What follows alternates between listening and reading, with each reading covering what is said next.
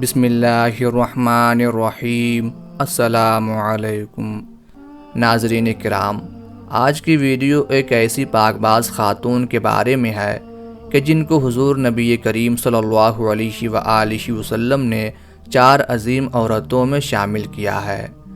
حضرت ابن عباس رضی اللہ تعالی عنہ بیان کرتے ہیں کہ نبی کریم صلی اللہ علیہ وآلہ وسلم نے زمین پر 4 لکیریں لگائیں اور فرمانے لگے، کیا تم جانتے ہو یہ کیا ہے؟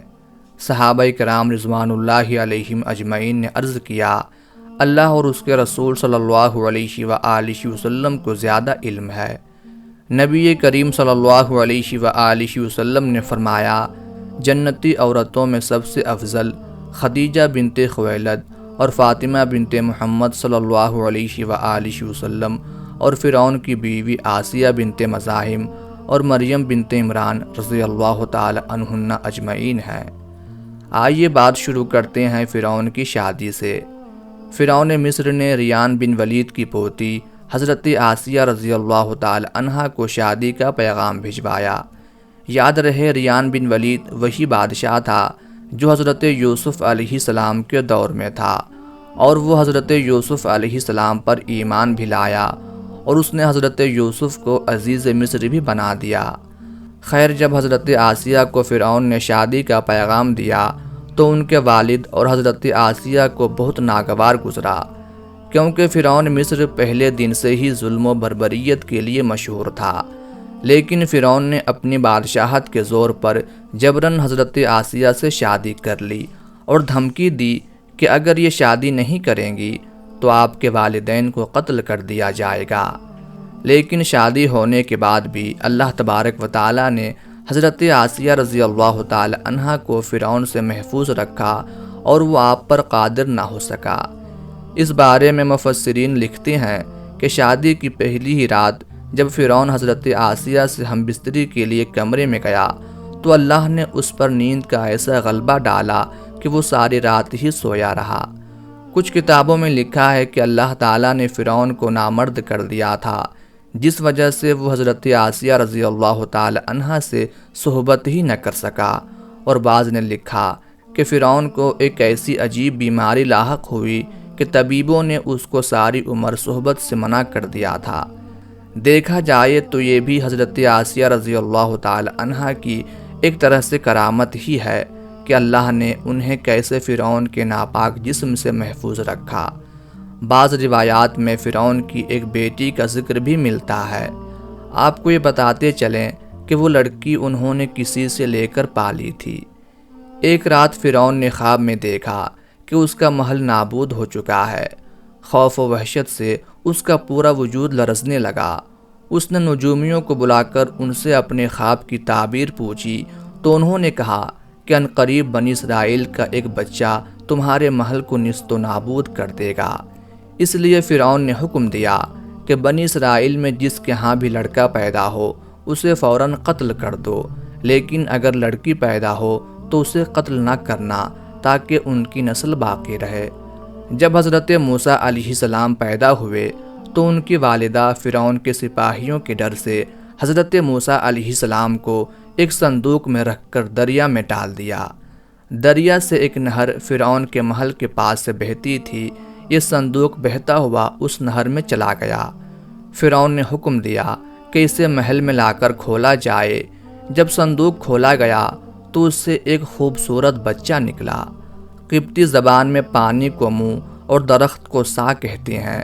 یہ صندوق پانی اور درختوں کے درمیان پایا گیا، اسی وجہ سے حضرت بی بی آسیہ رضی اللہ تعالی عنہا نے آپ کا نام موسیٰ رکھا۔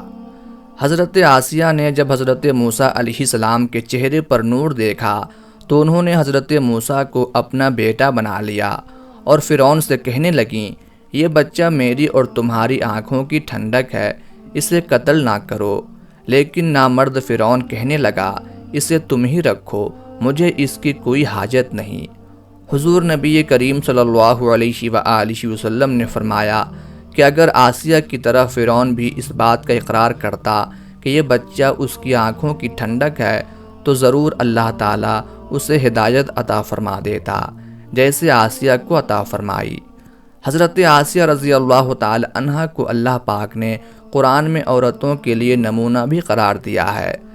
حضرت آسیہ شادی کے پہلے دن سے ہی فرعون کے ظالمانہ اور کافرانہ اقدامات کے خلاف پہاڑ بن کر کھڑی رہیں۔ حضرت موسیٰ علیہ السلام نے جب اعلان نبوت کیا اور جب محل میں جادوگروں سے مقابلہ کیا تو یہ دیکھ کر حضرت آسیہ حضرت موسیٰ علیہ السلام پر ایمان لے آئیں۔ ایمان لانے کے بعد کافی دنوں تک انہوں نے اس بات کو فرعون سے چھپائے رکھا، لیکن جب فرعون نے خدائی کا دعویٰ کیا اور لوگوں سے خود کو سجدے کروانے لگا تو پھر حضرت آسیہ کھل کر میدان میں آ گئیں اور فرعون کے اس عمل کی سخت مخالفت کی۔ جیسے ہی فرعون کو پتہ چلا کہ میری بیوی بھی موسیٰ کے خدا پر ایمان لا چکی ہے تو اس نے حضرت آسیہ پر ظلم ڈھانا شروع کر دیے۔ روز دن اور رات ان کو مختلف اذیتیں دینے لگا۔ فرعون جیسا کافر شوہر بھی اس کے ایمان کو متزلزل نہ کر سکا، لیکن فرعون نے بہت زیادہ کوششیں کی تاکہ کسی نہ کسی طرح انہیں راہ راست سے منحرف کر دے، لیکن وہ ایسا نہ کر سکا اور حضرت آسیہ بھی اس کی تمام کوششوں کو ناکام بنا کر صرف خدائے واحد کی عبادت میں مصروف رہیں۔ حضرت موسیٰ علیہ السلام کے چاہنے والے فرعون کے سپاہیوں کے ہاتھوں ظلم و ستم کی بھینٹ چڑھتے رہے اور انہیں بے دردی سے قتل کیا جاتا رہا، یہاں تک کہ فرعون نے حضرت موسیٰ علیہ السلام پر ایمان لانے والے ایک شخص کو، جسے قرآن کریم نے مومن آل فرعون کے نام سے یاد کیا ہے، بڑی بے دردی سے قتل کر دیا، جس کے بعد حضرت آسیہ کا صبر کا پیمانہ چھلک اٹھا اور وہ کھلم کھلا فرعون کی مخالفت کرنے لگیں۔ فرعون میں غیظ و غضب کی آگ بھڑک اٹھی۔ اس نے اپنی زوجہ آسیہ کو بہت ہی دردناک طریقے سے اذیتیں پہنچائیں۔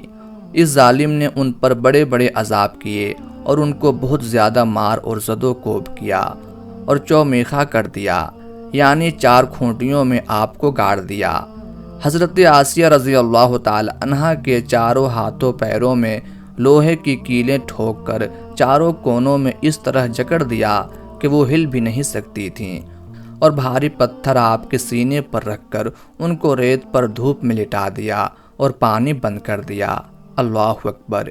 ناظرین، ایک دفعہ ذرا سوچئے تو صحیح کہ تنے تنہا عورت اور ظالم و جابر شوہر کا محل، ہاتھوں اور پیروں میں کیلیں ٹھوک دی گئی ہیں، گرم ریت پر لٹایا ہوا ہے اور سینے پر ایک بھاری پتھر رکھ دیا گیا ہے، پھر بھی حضرت آسیہ رضی اللہ تعالی عنہا ایمان پر عزم و استقلال کے ساتھ ان مصائب کے باوجود قائم و دائم رہیں اور فرعون کے کفر سے اللہ کی پناہ مانگتی رہیں۔